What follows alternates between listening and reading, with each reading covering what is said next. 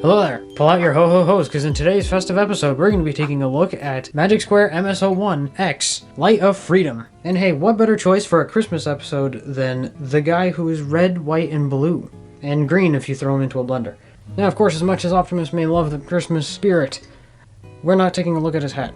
Now, you may be wondering, why am I taking a look at MS-01 when Magic Square has released a far more accurate Optimus Prime with MS-02? Well, it's because it's my YouTube channel and I get to do whatever the heck I want. And you have no say in it.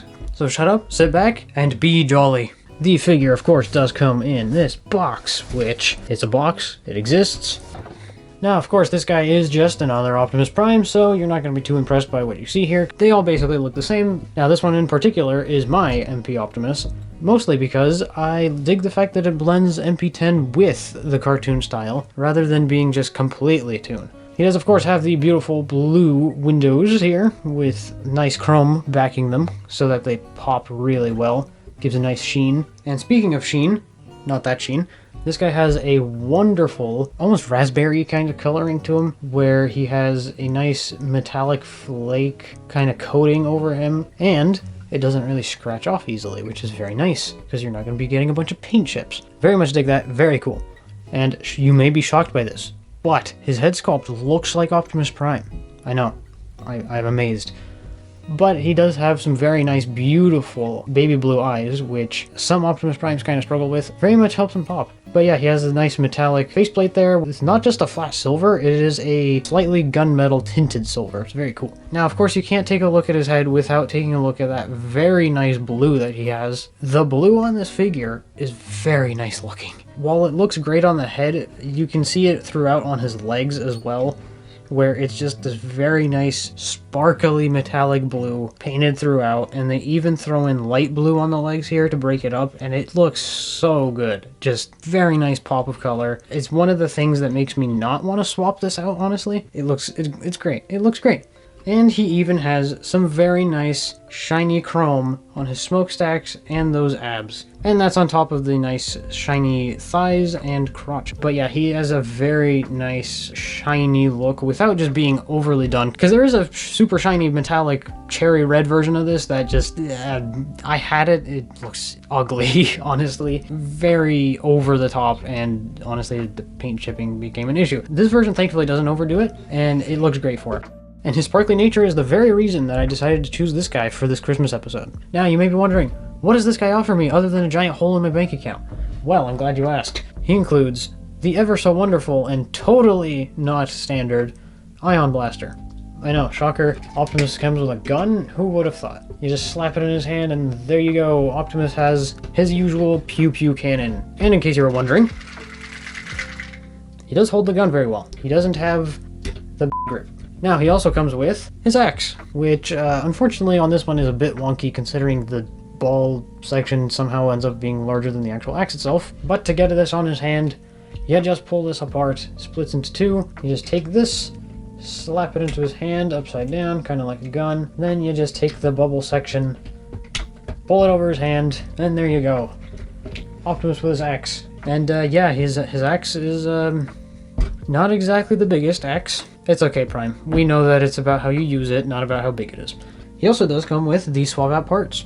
First one being this swap out section of his helmet, which is pretty much just has like a more ball cap forehead rather than the more squared off MP10 styled one. It's good. It's painted metallic just like the one installed on him. You also get these two cool windows. As you can see, this one has a crack in it, and it does actually have silver painted in, which is pretty nice. Very cool look. And the second window has actual bullet holes in it, along with silver outline, which is pretty cool, honestly. Wish we saw this kind of stuff more on the other Optimus Primes. You also get these two abdomen swap-out parts, which have actual scrapage here, as well as a torn-out piece here with a silver outline. Very cool, very well painted. And those just attach via tabs. And to swap out the parts on Optimus here, the windows can just slide right on out on these little tabs. And you just take the windows and you find the ones that line up with the window shape. They are slightly at an angle, so you'll find out which is which. And you just take that and slide it back into the rails, and there you go. And for the ab section, you do have to kind of untransform this guy in order to get access to these panels, which I would recommend a spudger for. You just pull them off like that, and as you can see, they just go into this tab, and you just take the corresponding one, and you just slide that in. And there you have Optimus with his battle damage. And this is one of the reasons I've chosen to keep this Optimus, because I mean, none of the other options actually do this level of battle damage, which is kind of annoying, honestly. You either get only the battle damage head, or you get battle damage head and then like a scrape on his side, and that's it. And while this guy is missing the cracked head, which does add to the effect, of course, this guy having cracked windows on top of scrapes on both sides of his abdomen, that's just cool. It gives him a much more worn down look, and it adds a nice level of detail to it. It's very cool. I dig it. I really want to see another Optimus come with swap out windows, because, I mean, that's just cool. And for that swap out helmet, this is the shaping of it. As you can see, it is a slightly different shape from the standard helmet that he comes with. That is more of an MP10 style crest. And he does, of course, have a matrix, which is removable. It's very cool, well painted in bronze and silver. It's very nice. Made a die-cast. It's one of the only few die-cast pieces in here, and the matrix chamber just has a clear insert and a lot of chrome, and don't mind the surrounding area. I totally didn't forget about this until the very end of the video. And now you can replicate the look you have when you realize 'tis the season for credit card debt. And I will say one of the cool things about this is you don't have to swap out any of these parts again in order to transform him. All of the battle damage can stay on, and he'll turn into a truck just fine. Speaking of the transformation... No. We still have articulation to cover. You have a swivel at the head. He can look up. He can look down. His shoulders have a slide-out joint, which exposes the ratcheted shoulder joint. And that can go a nice 360. And they do have a nice butterfly joint, allowing for that. He does have a bicep swivel, which is rather tight on the top.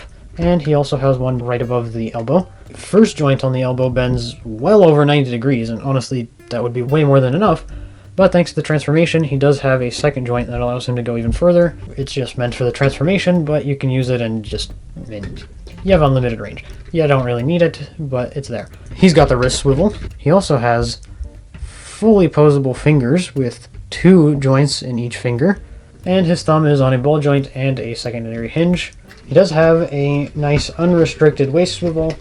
Very nice. It can go 360 all the way around. And he does have something that at the time was unprecedented. It quickly caught up with pretty much anyone being able to do it. He has a double jointed ab crunch, which allows him to pretty much just completely fold in half. Now granted, it does look like he got cut in half, but hey, it's an unrestricted ab crunch. And that double hinge also does allow you to go backwards. This unfortunately does just make him look like he got 2007 jazzed. Now you can move these hip skirts out as well as the side skirts, which are also a butt flap weirdly.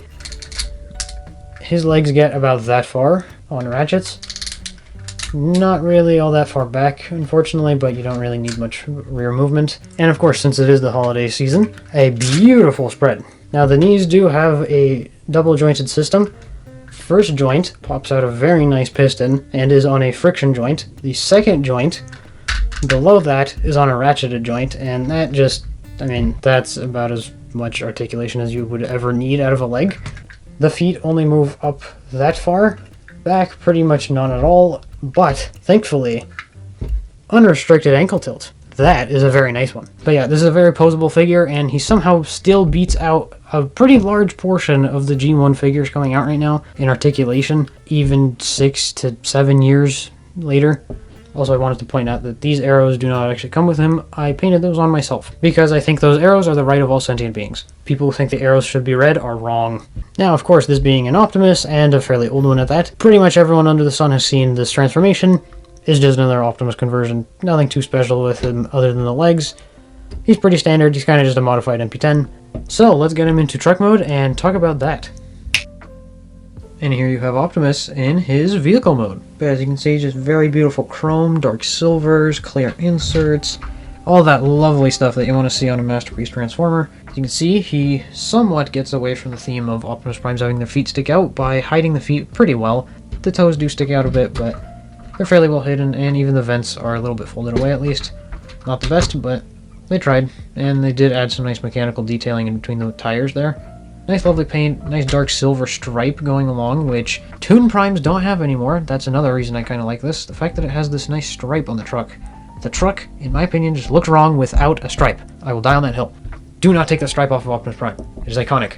It looks cooler this way. More detailed alt modes. I don't care how tune accurate your robot mode is, but make the alt modes actually detailed. That is the whole masterpiece feel.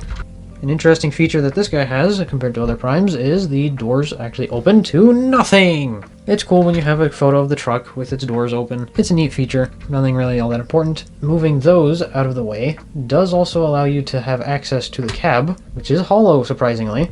There's not any kibble, and they even sculpted in the Diaclone seat. I'm not sure any other Optimus, even Takara's, has an actual dedicated molded Diaclone seat, which is pretty darn cool. And with how much space is in here, you actually can fit a figure in there. I unfortunately do not have any. But yes, very lovely truck. Rolls as all things should. Now if you're looking for weapon storage, I don't know, you can do that, or just shove it up here. Anyways, I think that covers all we really need to cover with this guy. Very nice figure, very cool. It's pretty nice feel. He feels a bit lightweight, but the plastic is solid, it can take abuse. The joint tolerances on him are pretty nice. Feels very solid, feels very playable. Transformation is very cool, very fun, easy. It's basically just a modified MP10 transformation, except you hide the wheels. And pricing wise, this thing was pretty affordable when it released. I don't know how it is now, probably even cheaper considering MS-02 came out, but I still think that this guy holds up despite MS-02's existence.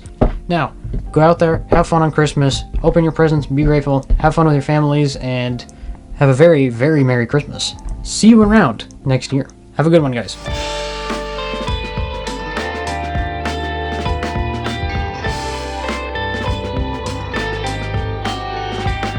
Now you may be wondering, what else does this guy give me other than crippling depression?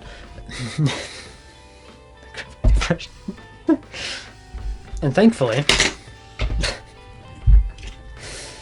that didn't work out very well.